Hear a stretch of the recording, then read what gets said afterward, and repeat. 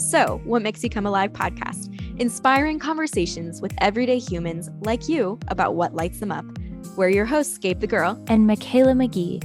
And this season, we're continuing to explore what it would look like to take ownership of and change the narratives of our lives to live a life fully alive.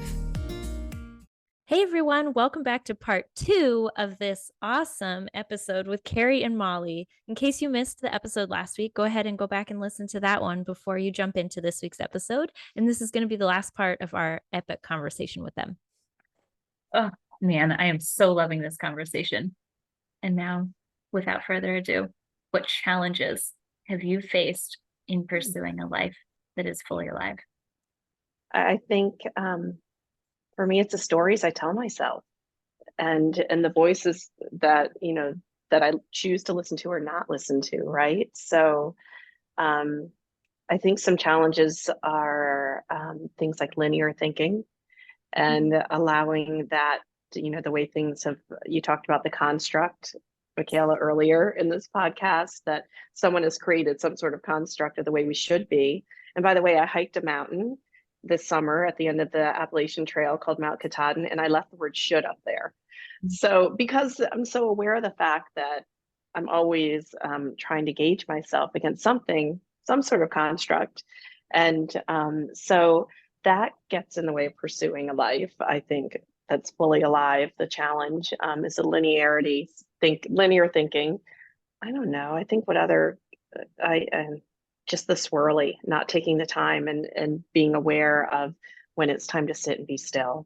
Yeah, that's where I'll stop. I'm going to let Molly go for a while. So the challenges, I would say, well, I know that when I was an adolescent, being someone who was witness to, a woman who was a feminist in her own right, and that kind of had that in my DNA, it felt very lonely. Because I wasn't following the relationship escalator or any of the escalators that were sort of put forward. So that's, I believe, one of the reasons I drank. It was a coping mechanism. So I could sort of conform and, at least hide for a time or pretend I was okay with it. And so I do think there's the potential for a loneliness. But as I've gotten older, I've realized there's a lot of people that really yearn for a life different than these prescribed lives. And so that's, I believe, a lot of what Girls on the Run did was create this amazing space for a ton of people to come together and celebrate the essence of who they are. And that just continues to grow for me. And I will say, though, I still struggle, though, with the loneliness that I sometimes think I have a narrative that, because I'm different, I am lonely, or because I am different, I am broken, or I am, weird or something. But that's not the reality. The reality is the systems are broken. I'm not, I'm just being myself, trying to conform to a system that is terrified of that. I don't know if any of that made sense, but those are the challenges that I feel, and they're all in here mostly. Yeah. At this stage. Now, I will also say that as a white female, I need to make sure that I'm clear that, while I've internalized a lot of these systems, I don't feel that I'm at the same level that a Black or brown woman or trans or queer person would, right? Because I can at least sort of look or play the part much easier than someone might in our American culture. So when I talk about feeling lonely, it's my version of lonely or different. Yeah. It is, but it's also your experience, your reality, your perspective. Like, I don't think that that's worth diminishing at all either. Correct. But and that's been something I've had to learn too, is to not diminish my own feelings. Right. That was another narrative as a, white woman in the South. I was sort of conditioned to believe that everybody else's feelings matter more than mine. Yeah. I feel that one big time. Yeah. That doesn't resonate at all. Yeah. I love how you talked about the battles in your mind. This has been brought up several times, but the battles that are, internal, that are in your brain. It brought me back to, I can't remember the quote, but I remember hearing somebody at one point say, like, the biggest battle you'll fight, the biggest challenge you'll have in life is the war between your ears, like the battle going on between your ears, which is, that is, I mean, throughout our entire lives. And we like are constantly working to replace lies and, you know, to grow, to mature, you know, to better our mental health, which I'm so glad there's so much more, you know, there's so many more studies out there. There's so much more awareness on this now. And it sounds like, you know, Girls on the Run and the things that you all are doing are helping many people with that. And I mean, that starting there improves so many different areas of your life. Quality of life goes. Yes. Love the sound effects over here. Thank you. But it really does. I mean, our thoughts create our reality. So like whatever it is that we're telling ourselves is exactly what we're going to experience. Like what you tell yourself is what you're going to see, what you're going to then believe. And then it's a vicious cycle, but recognizing that we are not our thoughts. We're separate from our thoughts. Who we are is not at all what's going on inside here. It's all, okay, well, I should say this is a podcast. It's not what's going on between the ears in the brain. It's what's going on in the heart, you know, on that deep soul level. And I resonate big time with these challenges that both of you shared, because I think that probably everybody on this planet feels that way, you know, unless they are born in a like super awakened conscious family that lives in the middle of nowhere, just super in touch with, you know, I don't know, the spiritual realm and just getting it on that level. But like, that's like 0.001% of the world. So in reality, like most people on this planet probably do totally understand those challenges and feel that. And I think it's still just, it's really worth noting that in spite of those challenges, or maybe because of those challenges, you've still chosen to live a life that truly lights you up. And that is really where the ripple effect happens, you know, because you're no different from everybody else. I mean, you are, but you aren't, you know, like you also struggle with the narratives that you're telling yourself, those limiting beliefs. Like, Robert, I love this quote from Ralph Waldo Emerson. Maybe you guys have heard it before, but it's sow a thought and you reap an action, sow an act and you reap a habit, sow a habit and you reap a character, sow a character and you reap a destiny. Good one. I feel like that really plays into what we're talking about here. Yeah, totally. Yeah, Molly and I spent so much time in this space together, and we're convinced that there's more out there to you know, to bring people together to have this precise conversation. Yes. Oh, I do not doubt that. And I love that, you know, like this is a lot of what coaching gets to be too, is working with people on identifying what their limiting beliefs are and then empowering them to see that they are not their limiting beliefs. They are separate from them and they get to overcome them. But to be able to do it on a huge scale and have a massive conversation, like what you were just saying, Carrie, I can almost see like a retreat, but like a massive retreat coming together of people who are really, truly ready to unleash themselves, fully poke the bear, let Molly poke all the bears there. Maybe that's what it's called, Molly. Poke the bear retreat. I don't know. I think that, you've got to be more subtle than that. I'm not being subtle with y'all. It could just be the slogan. Come poke the bear. Come poke the bear slowly. Come gently poke the bear. Pet the bear, tap the bear. I don't know. It's something. You have that multitude of people receiving that information, inspired, encouraged, ready to take the next action step, you know, going out from where you've been with them to go tell other people, and then those people tell other people, and it's just like we talked about earlier, the ripple effect. Yeah, it's freaking massive. Yes, but it takes this. I mean, I just feel like it takes like little conversations like this for now. I feel like all four of us are going to be all lit up. Gabe, I know that it's late there. So like, you're probably going to mellow down, go to sleep after this.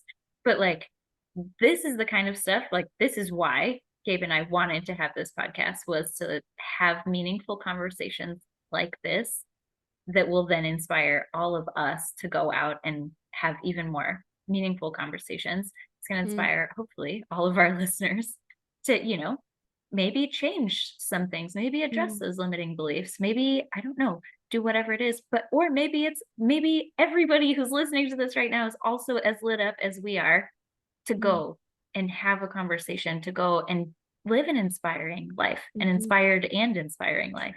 Like, we all get to do that. Yeah. It's just a little choice.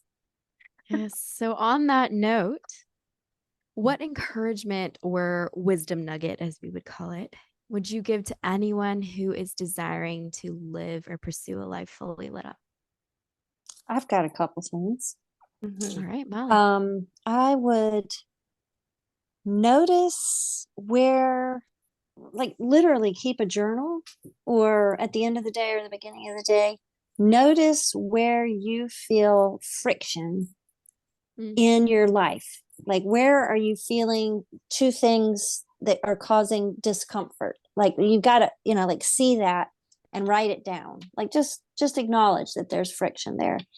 And I think from that comes a lot of, you know, and then just maybe continue to journal about it, or get a therapist or get a coach to help you work through that. But I noticed when I first became aware of that friction is when I started to say, so why am I doing this now? Why do I continue to do this thing that is causing friction within me? You know, it was like when I was first rubbing up against the internal voices and the external systems. Do you know what I mean?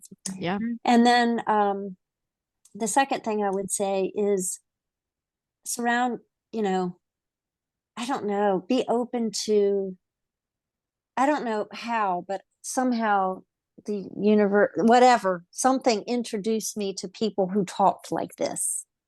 And although I couldn't have understood everything that they were saying, I just knew I wanted what they had. You know, there was something about the spark in their eye, the way they lived, the freedom, the way they loved was so wonderful to be around. So I just kept hanging out with them. And eventually, you know, I heard about books and other things that sort of just got me to living like this. Does that make sense?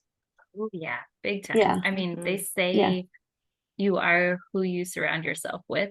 Yeah, and your I close think that five closest people yeah, truly impact who you are. yeah, yeah. So the intentionality of like consciously choosing who you are spending time with. As soon as you started finding those people who were speaking a language, even if you didn't speak the language yet, like a language that was familiar to your heart, something drew you in there. And then that, like, I think that that's a huge wisdom nugget. Like, be conscious of who you're spending your time with. Yeah. I mean, if you're like feeling friction in your intimate relationships, there's something going on there, you know, look into that. But also, I mean, you can Google, you know, lots of things and ways to, you know, learn all different ways of interacting in intimate relationships. Or, you know, if you're struggling with work, I mean, there's just so many all other ways to live this big life, you know, other than this one way that you think you should be. So those would be the two. Yeah. Awesome. Oh my gosh. Yeah. Thank no you, more Molly. shoulds. Thank you. Carrie? I kind of have three areas of wisdom nuggeting. One is to take the time to press pause for yourself and do that in nature. And, you know, for me, the best way to do that is to enliven my five senses and to just really pay attention when I'm out feeling smaller, because I'm part of a bigger, something larger. So a wisdom nugget is to make time for yourself. And I think in that, under that wisdom nugget is kind of the boundary setting and you know, I've learned to set boundaries much later in life than I wish I had. And it's great now, because when I set boundaries, they're so in alignment with my values. And so pressing pause because it gives you that time to know. And then the second one is thinking about what you're resisting, being open to changing your perspective, and really diversifying your thought and where you learn from, where you learn, who you learn from, kind of along what Molly said, like who you surround yourself with, the books that you read, the where you choose to spend your time. And then the final one is to really, this is the biggest nugget ever, is to know that you have everything you need. You do, you just do. And sometimes as we get, life layers stuff on top of us and we forget. And then we go back to that press pause piece and remove some layers to remind ourselves.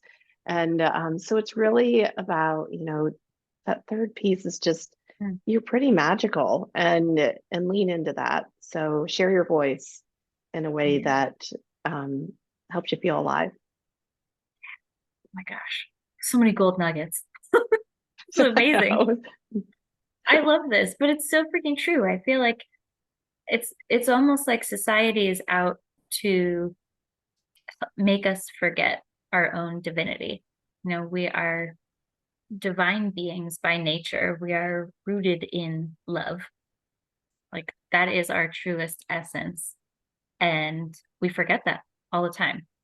But because the society at large just doesn't really want that. And I could go off on a huge tangent for that one. But anyway, I will not, because wrapping it up, and those were so many, those were really, really incredible gold nuggets. And this whole conversation has been amazing, like very life-giving for me.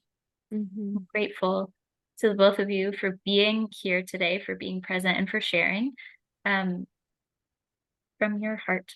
Like it's definitely felt that this is something near and dear to both of you. And I'm grateful that you were here and that you